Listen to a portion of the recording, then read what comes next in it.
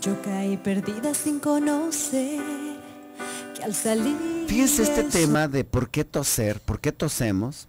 El doctor ya nos estuvo explicando. Recuerde que estamos entrevistando al doctor Francisco Sánchez Llamas. Él es neumólogo, especialista en todo lo que es el problema respiratorio. Cuando nosotros tenemos algo que cae o que se produce adentro de nuestros pulmones, quiero entender que corremos el grave peligro de no poder respirar. Y en esa forma es que tratamos de expulsarlo. Así es.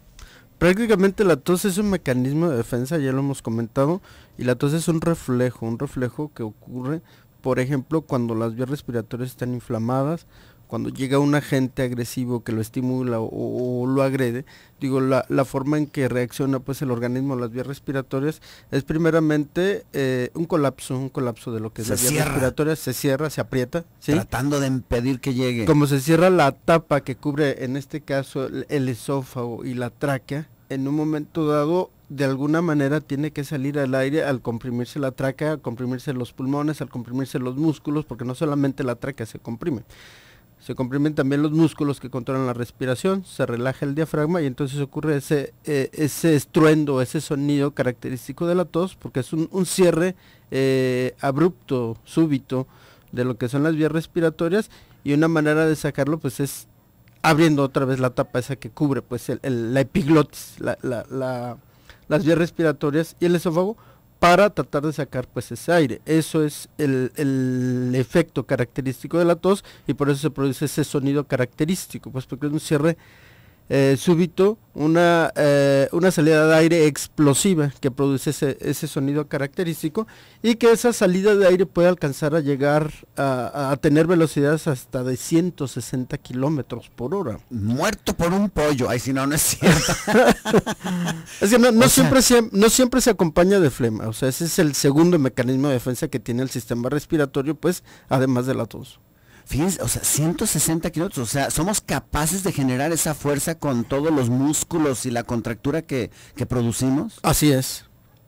Digo, por eso es importante, digo, el taparte la boca, no tanto para que vayas a llenar de flema a otra persona, sino para que no vayas a contagiar, porque a veces no se arroja flema, solamente microorganismos que pueden contagiar, hasta un solo tosido puede contagiar hasta 6 personas. Ay, híjoles, fíjate que ahorita que mencionas eso del contagio, a veces hay muchos machos y machas, o sea, en donde están con el griponón, o están con la tos a todo lo que da, y van a trabajar. Entonces, hey, no es tanto por si aguantas tú o no, sino porque nos vas a contaminar a todos. O sea, sí se puede dar en escuelas, en centros de trabajo, donde hay mucha congregación de personas. No, claro, esto digo, prácticamente nosotros lo vemos en nuestra casa, en nuestras unidades de trabajo, porque prácticamente una persona que llega con gripa, que digo, también produce estornudo, tos, que es algo muy parecido, el estornudo es la tos de la nariz, pero prácticamente una persona que tiene tos, que pueda contagiarse, en este caso la gripa, la tuberculosis, las neumonías, todo eso, digo, son las personas que pueden contagiar, porque hay toses que no se contagian. Por ejemplo, la del asma no se contagia,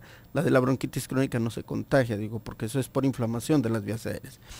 Pero prácticamente una persona que tiene gripe y que tose, digo, es capaz de contagiar a otras 6 personas. Digo, el objetivo de que no vaya a trabajar no es tanto que no pueda trabajar, sino evitar el contagio de las demás personas, que en un momento dado pueden ser más sensibles o tener sus mecanismos de defensa bajos, que una simple gripa pueda ser el desenlace fatal de una enfermedad que había estado controlada por años, ¿no?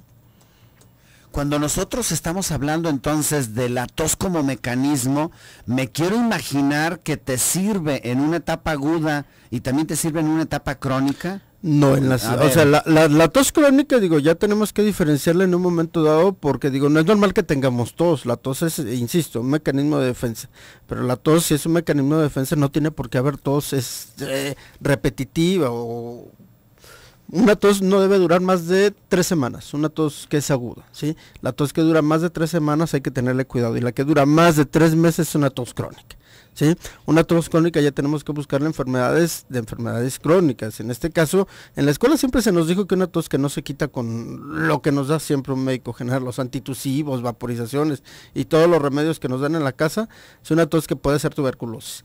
Pero digo, ahora ya... Era aquella publicidad, ¿no? Así es. Toda tos latosa puede ser tuberculosa. Exactamente. Pero ahora que digo, hemos leído un poquito más y nos preparamos, pues nos damos cuenta que no solamente tuberculosis.